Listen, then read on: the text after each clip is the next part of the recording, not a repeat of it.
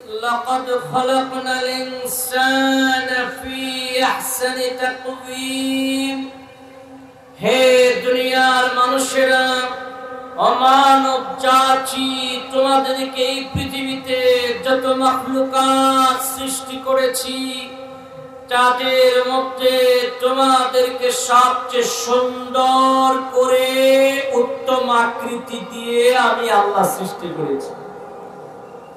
আপনারা কি বলবেন না সুবহানাল্লাহ? আল্লাহ যে আমাদেরকে আপনাকে আমাকে উত্তম আকৃতি সুন্দর চেহারা অন্যরকম এক রূপ দিয়ে সৃষ্টি করলেন, সেই মাবুদের কদমে কি পড়তে পারবেন না আলহামদুলিল্লাহ? সম্মানিত হাজিরিন, আল্লাহ পাক আমাদের সকলকে বলে দিলেন যে আমি আল্লাহ তোমাদেরকে যত নিয়ামত দিয়েছি তার মধ্যে একটি গুরুত্বপূর্ণ উল্লেখযোগ্য বিশেষ নিয়ামত হচ্ছে তোমাদেরকে সুন্দর আকৃতি দিয়েছি। আমি আসলে আজকে সংক্ষিপ্ত সময়ে আপনাদের সামনে এই আয়াতের অংশ, এই সূরার একটি আয়াত লাকাদ খালাকনাল ইনসানা ফি আহসানি তাকওয়িম, এই ব্যাপারে কিছু বলবো, বেশি কিছু বলবো না, কারণ সময় একদম হাতে কম। আল্লাহ পাক সমস্ত মানুষকে সুন্দর অবয়বে আকৃতিতে সৃষ্টি করেছেন, তাদের মধ্যে আবার সবাইকে একরকম রূপ দেন নাই আমার আল্লাহ। কাউকে বেশি সুন্দর, কাউকে কম সুন্দর, কাউকে বেশি সাদা, কাউকে কম সাদা, এইভাবে আমার আল্লাহ সৃষ্টি করেছেন। সুবহানাল্লাহ। সম্মানিত হাজির, মানুষের মধ্যে নবীরা সবচেয়ে বেশি সুন্দর ছিলেন। সমস্ত মানুষের মধ্যে সমস্ত নবীদেরকে আল্লাহ পাক সবচেয়ে বেশি সৌন্দর্য দান করেছিলেন, কারণ নবী রাসূলেরা মানুষদেরকে আল্লাহর কথা বলবে, দ্বীনের কথা বলবে, এই কারণে আল্লাহ পাক তাদেরকে সৌন্দর্য দিক দিয়েও কম দেয় নাই। সুবহানাল্লাহ বলতে ইচ্ছা করে না? এই আল্লাহু আকবার বলতে ইচ্ছা করে না? কোন দিকে সাহেব এসেছেন আপনারা? একটু সুবহানাল্লাহ আলহামদুলিল্লাহ বললেন, কি ধ্যানে পড়ে রয়েছেন? হ্যাঁ, চিৎকার করে বলুন তো আল্লাহু আকবার। সম্মানিত হাজিরিন, নবী রাসূলদেরকে আল্লাহ পাক বেশি সৌন্দর্য দিয়েছেন, তার মধ্যে ইউসুফ আলাইহিস সালামকে এই পৃথিবীর অর্ধেক সৌন্দর্য দ্বারা আল্লাহ সৃষ্টি করেছেন। আল্লাহর হাবিব নবীজি নূর নবী সাল্লাল্লাহু আলাইহি সাল্লাম বলেছেন, আমি মেরাজে যাইয়া আমার ভাই ইউসুফকে দেখেছি, আল্লাহ যেন দুনিয়ার অর্ধেক সৌন্দর্য তাকে দান করেছেন। বলেন সুবহানাল্লাহ। আপনারা শুনেছেন ইউসুফ আলাইহিস সালাম কত সুন্দর ছিল। ইউসুফকে দেখে মিশরের সুন্দরী রমণীরা নিজের হাত কেটেছে, তারপরেও খবর ছিল না যে হাতটা কেটে ফেলছে। ইউসুফের নুরানি চেহারার দিকে তাকিয়ে ছিল, খবর ছিল না হাত কেটে ফেলছে। ইউসুফ নবীকে আল্লাহ পাক দুনিয়ার অর্ধেক সৌন্দর্য দিয়ে সৃষ্টি করার পরে ইউসুফ যদি এত সুন্দর হতে পারে, যাকে আল্লাহ পাক আট ও বেহেশতের সৌন্দর্য দিয়ে সৃষ্টি করলেন, তিনি না জানি কত সুন্দর, ঠিক কিনা বলেন? আল্লাহর হাবিব আমাদের নূর নবী সাল্লাল্লাহু আলাইহি ওয়াসাল্লাম এত বেশি সুন্দর ছিলেন, এত বেশি সুন্দর ছিলেন, কাফের মুশরিকরা আমার দয়াল নবীর দরবারে আসলে অনেক কাফেরকে বলা লাগে নাই ঈমানের কথা, নবীজির চেহারা মোবারক দেখে বলে ফেলেছে এটা একটা সত্য নবীর চেহারা, সুতরাং পড়ে নিলাম লা ইলাহা ইল্লাল্লাহ মুহাম্মাদুর রাসূলুল্লাহ সাল্লাল্লাহু আলাইহি ওয়াসাল্লাম। বলবেন না সুবহানাল্লাহ। আল্লাহর হাবিব সাল্লাল্লাহু আলাইহি ওয়াসাল্লাম এত বেশি সুন্দর ছিলেন, আমার নবীর মধ্যে আল্লাহ পাক এত বেশি সৌন্দর্য দান করেছিলেন। আল্লাহর হাবিবের ব্যাপারে শামাইলে তিরমিজির মধ্যে আছে, ইজা তাকাল্লামা রুইয়া কান্নুর ইয়াখরুজু মিন বাইনি সানায়াহু। আমার দয়াল নবী এত বেশি সুন্দর ছিলেন, আমার নবী সাল্লাল্লাহু আলাইহি ওয়াসাল্লাম 3000 বছর আগে যখন কথা বলতেন, আমার নবীর দুই দাঁতের ফাঁক দিয়া নূর বাহির হইতো। হযরতে হাসান ইবনে সাবিত বলেছে, যিনি এমন একজন সাহাবী ছিলেন যার জন্ম আমার দয়াল নবী সাল্লাল্লাহু আলাইহি ওয়াসাল্লামের 7 বছর আগে হয়েছিল, যিনি আমার নবীর জন্ম দেখেছেন, জন্মের সময় কিছুটা বুঝেন। হাসান ইবনে সাবিত বলে, আহসানু মিনকা লাম তারা কাত্তু আইনি ওয়া আজমালু মিনকা লাম তালিদিন নিসা, খুলিকতা মুবাররাআন মিন কুল্লি আইবিন কান্নাকা ক্বাদ খুলিকতা কামা তাশাউ। দুনিয়ার সব কাফের মুশরিকেরা মুহাম্মদ সাল্লাল্লাহু আলাইহি ওয়াসাল্লামের পিছনে লেগে গিয়েছিল কিভাবে আমার নূর নবী সাল্লাল্লাহু আলাইহি ওয়াসাল্লামের কুৎসা রটনা করা যায়, কিভাবে আমার নূর নবী সাল্লাল্লাহু আলাইহি ওয়াসাল্লামের বিরুদ্ধে বলা যায়, আমার নবীর বিরুদ্ধে বলায় তারা পঞ্চমুখ ছিল, ব্যস্ত ছিল। ওই সময় হাসান ইবনে সাবিত যখন আল্লাহর নবীর প্রশংসা করতেন, আমার নবী খুশি হইয়া তার জন্য দোয়া করতেন, তার জন্য দোয়া করেছেন, আল্লাহুম্মা আইয়িদিল হাসানা বিরূহিল কুদুস। আল্লাহকে বলেছে রব্বুল আলামিন, কাফের মুশরিকেরা আমার ব্যাপারে মিথ্যা কথা বলে, কিন্তু আমার এই হাসান আমার প্রশংসা করে, আমি তার জন্য দোয়া করি, আল্লাহ তুমি তাকে রূহুল কুদুসের মাধ্যমে, জিবরাইলের মাধ্যমে তাকে তুমি শক্তিশালী করো। বলেন সুবহানাল্লাহ। সম্মানিত হাজির, আল্লাহর হাবিব সাল্লাল্লাহু আলাইহি ওয়াসাল্লাম, আমার নূর নবী সাল্লাল্লাহু আলাইহি ওয়াসাল্লাম তার জন্য, হাসান ইবনে সাবিতের জন্য নিজের মিম্বরের পাশে আরেকটি মিম্বর বানিয়ে দিয়েছে, যেন হাসান ওই মিম্বরে দাঁড়াইয়া আমার দয়াল নবী সাল্লাল্লাহু আলাইহি ওয়াসাল্লামের প্রশংসা করতে পারে। বলেন সুবহানাল্লাহ। আমার নবীর প্রশংসা করা কি কোনো গুনার কাজ? বলেন অন্যায়ের কাজ? বরং আমার নবীর প্রশংসা করা সওয়াবের কাজ, ঠিক কিনা বলেন? আমার নবীর প্রশংসা হচ্ছে আমাদের ঈমানের দাবি, ঠিক কিনা বলেন? আমরা নবীর প্রশংসা করি, শুধু প্রশংসাই নয়, আমরা এটাকে ইবাদত মনে করি, ঠিক কিনা বলেন? সম্মানিত হাজির, আপনি নামাজ পড়ছেন, সওয়াব পাচ্ছেন, আপনি রোজা রাখছেন, সওয়াব পাচ্ছেন। আমাদের বিশ্বাস, যতক্ষণ পর্যন্ত নূর নবী সাল্লাল্লাহু আলাইহি ওয়াসাল্লামের প্রশংসায় আপনারা পঞ্চমুখ থাকবেন, ততক্ষণ পর্যন্ত ইবাদতের খাতায়, আপনাদের ইবাদতের খাতায় সওয়াব ইবাদতের লেখা হতেই থাকবে, ঠিক কিনা? সুতরাং আল্লাহর হাবিবের প্রশংসা করলে আল্লাহর হাবিব যেভাবে খুশি হতেন, আমার আল্লাহ খুশি হতেন। এই কারণে জিবরাইলের মাধ্যমে হাসান ইবনে সাবিতকে আল্লাহ পাক শক্তিশালী করে দিয়েছিলেন। বলেন সুবহানাল্লাহ। বলেন না সুবহানাল্লাহ। সম্মানিত হাজির, হাসান ইবনে সাবিত বলেন, আমি যখন দয়াল নবীর কাছে যাইতাম, আমার নবীর রূপ আর চেহারার দিকে যখন আমি গভীর মনোযোগ দিতাম, আমার কাছে মনে হইতো যে আর কিছুক্ষণ তাকায়া থাকলে মনে হয় আমার চোখ ঝলসে যাবে। আমি হাসান কি করতাম জানোনি? আমি হাসান আল্লাহর হাবিবের দিকে অনেকক্ষণ তাকানোর পরে আমি আমার হাতকে আমার চোখের মধ্যে রেখে দিতাম, এই ভয়ে যে আমার চোখ অন্ধকার হয়ে যায়। কারণ আল্লাহর হাবিবের নূরময় রূপ আর চেহারার মধ্যে এত বেশি আলো ছিল, এত বেশি আলো ছিল যে আমার ভয় হইতো আমার শক্তি শেষ হয়ে যায়। বলেন সুবহান, বলবেন না সুবহানাল্লাহ? আম্মা জান আয়েশা কি বলেছে?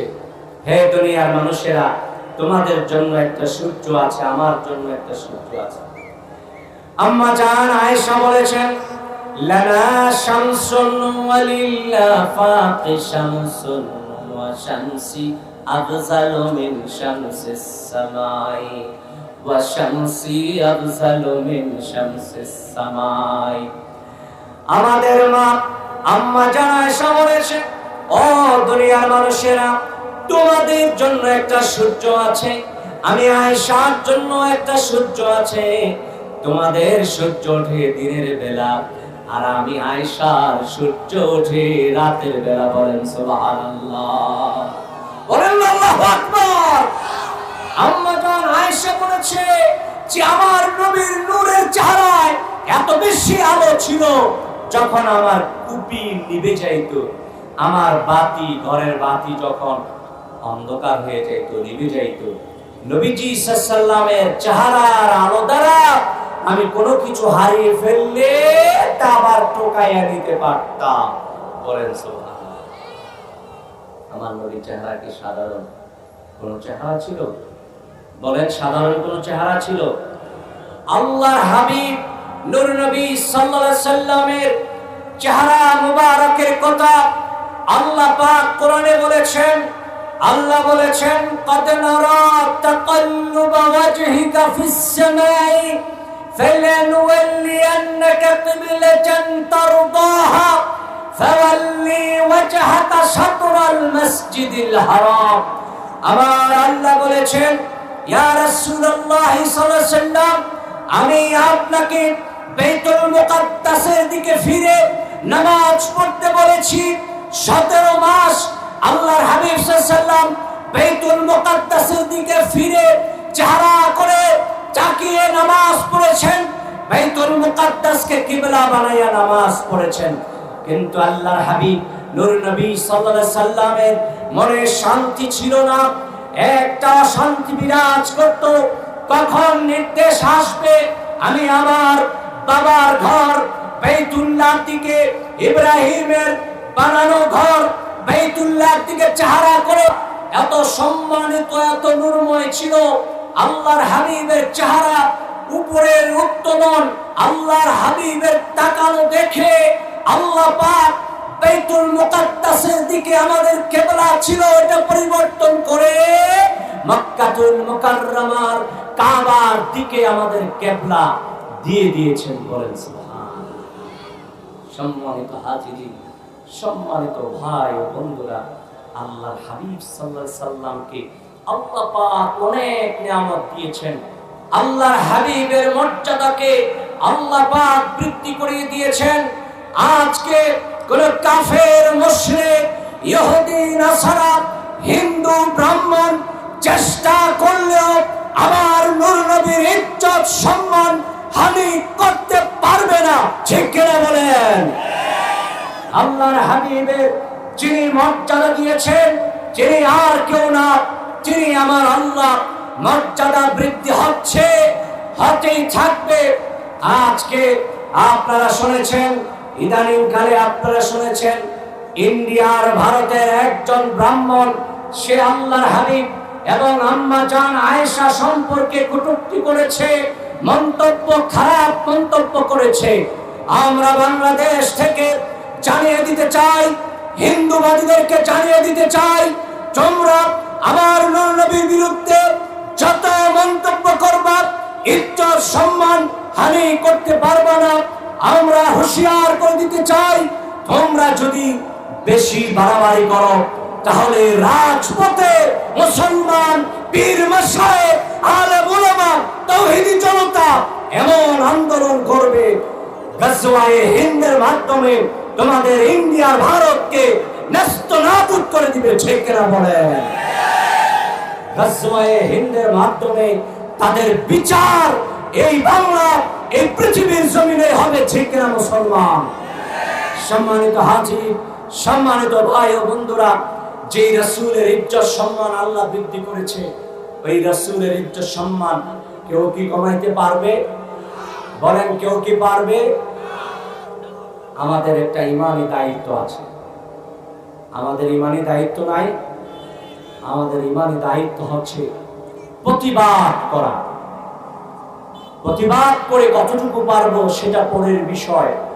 আমাদের চেষ্টা আমাদেরকে করতে হবে, ঠিক না? চেষ্টা করে যাব। আস-সাইয়ু মিন্না ওয়াল ইতমামু মিনাল্লাহ। চেষ্টা আমাদের পক্ষ থেকে, প্রতিবাদ করা আমাদের কাজ। কাফের মুশরিকের আস্তানা নেস্তনাবুদ করা এটা আল্লাহর কাজ, ঠিক না বলেন? আল্লাহ পাক আমাদের প্রতিবাদ এবং আমাদের দোয়ার মাধ্যমে তাদেরকে খান খান করে দিবে। গজওয়ায়ে হিন্দের মাধ্যমে ওই রাসূলের শত্রুদের আস্তানাকে নেস্তনাবুদ করে দিবে, ঠিক না বলেন? সম্মানিত হাজির, সম্মানিত ভাই বন্ধুরা, আজকে আপনারা স্বতঃস্ফূর্তভাবে এই মাহফিলে অংশগ্রহণ করেছেন। আপনাদের অন্তরের অন্তঃস্থল থেকে মোবারকবাদ জানাচ্ছি। আর বিদায় বেলা আপনাদেরকে একটি দাওয়াত দিয়ে যাব। আপনারা জানেন বানিয়াপাড়া দরবার শরীফ আপনাদের কাছের দরবার। আপনাদের এই দরবারে প্রতি বছর বাৎসরিক ইসালে সওয়াবের মাহফিল হচ্ছে। আমাদের দরবারের মাহফিল প্রতি বছর মাঘ মাসের প্রথম বৃহস্পতিবার। এবছরও ইনশাআল্লাহ মাঘ মাসের প্রথম বৃহস্পতিবার 16 জানুয়ারি আমাদের দরবারের মাহফিল। আপনাদের সকলকে দাওয়াত করলাম, আপনারা সকলে যাবেন ইনশাআল্লাহ। যাবেন না ইনশাআল্লাহ? দেখি কারা কারা যাবেন, একটু নিয়ত করেন তো দেখি। আল্লাহ আপনাদেরকে কবুল করুক, আল্লাহ আপনাদেরকে মঞ্জুর করুক। বলুন আমিন, বলুন আল্লাহুম্মা আমিন। আপনারা ঘোরাঘুরি করতে যাবেন না, দোকানপাটে ঘোরাঘুরি করতে যাবেন না। আপনারা মাগরিবের আগেই চলে যাবেন, আসরের পরেই চলে যাবেন, তালিমে বসবেন, সেবা করবেন, মানুষের সেবা খিদমত করবেন মানুষের। আল্লাহ যেন আপনাদেরকে হায়াতে তাইয়্যিবা দান করে, আপনাদেরকে সুস্থ, এবং আল্লাহ যেন আপনাদেরকে শক্তি সাহস দান করে। বলুন আল্লাহুম্মা আমিন, বলুন আল্লাহুম্মা আমিন। একটু জিকির করেন সুবহানাল্লাহ ওয়ালহামদুলিল্লাহ, সুবহানাল্লাহ ওয়ালহামদুলিল্লাহ, লা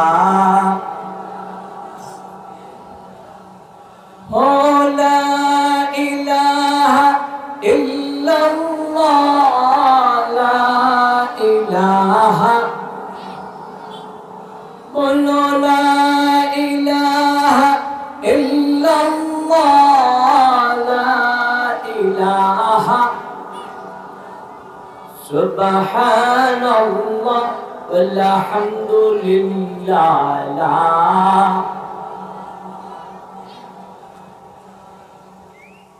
সুবহানাল্লাহ ওয়ালহামদুলিল্লাহ,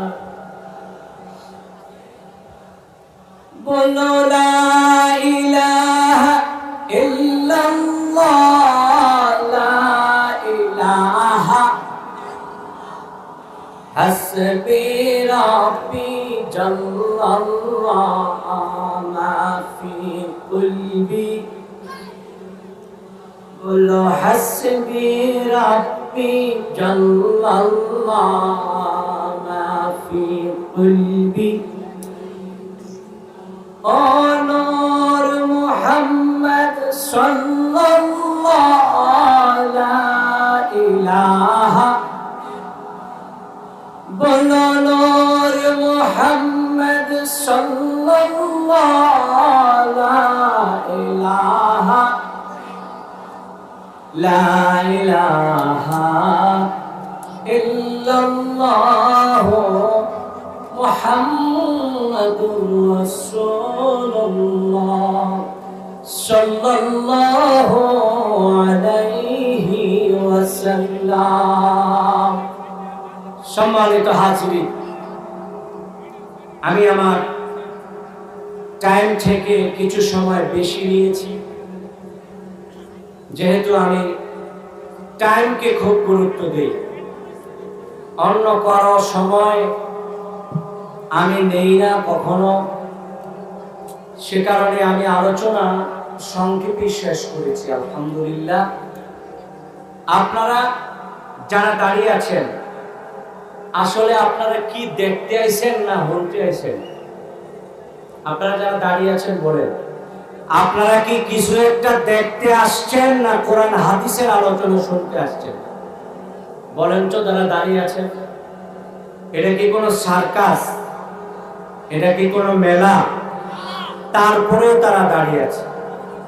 নাগাইশের পিসা আয়সা যখন দেখবে দাঁড়াই রয়েছে, উনি তো মনে করবে গৌরীপুর মানুষের মধ্যে কোনো আদব আখলাক নাই। আমরা যারা এই গৌরীপুর দাউদকান্দি অঞ্চলের মানুষ, আমাদের কি আদব আখলাক নাই? বলেন, আমাদের কি আদব আখলাক নাই? আপনারা যদি এইভাবে দাঁড়িয়ে থাকেন, উনি তো আরেক মাহফিলে যায় এই উদাহরণটা দিব নি বলতো, কইব দাউদকান্দি গেছিলাম, তা করে বয়তাম পারছি না, কইব নি। তো উনি যে আরেক মাহফিলে যায় কইব যে দাউদকান্দি গরিবপুর যাইয়া তাদেরকে বসাইতে পারলাম না, এটা কি আমাদের জন্য ভালো হবে না খারাপ হবে?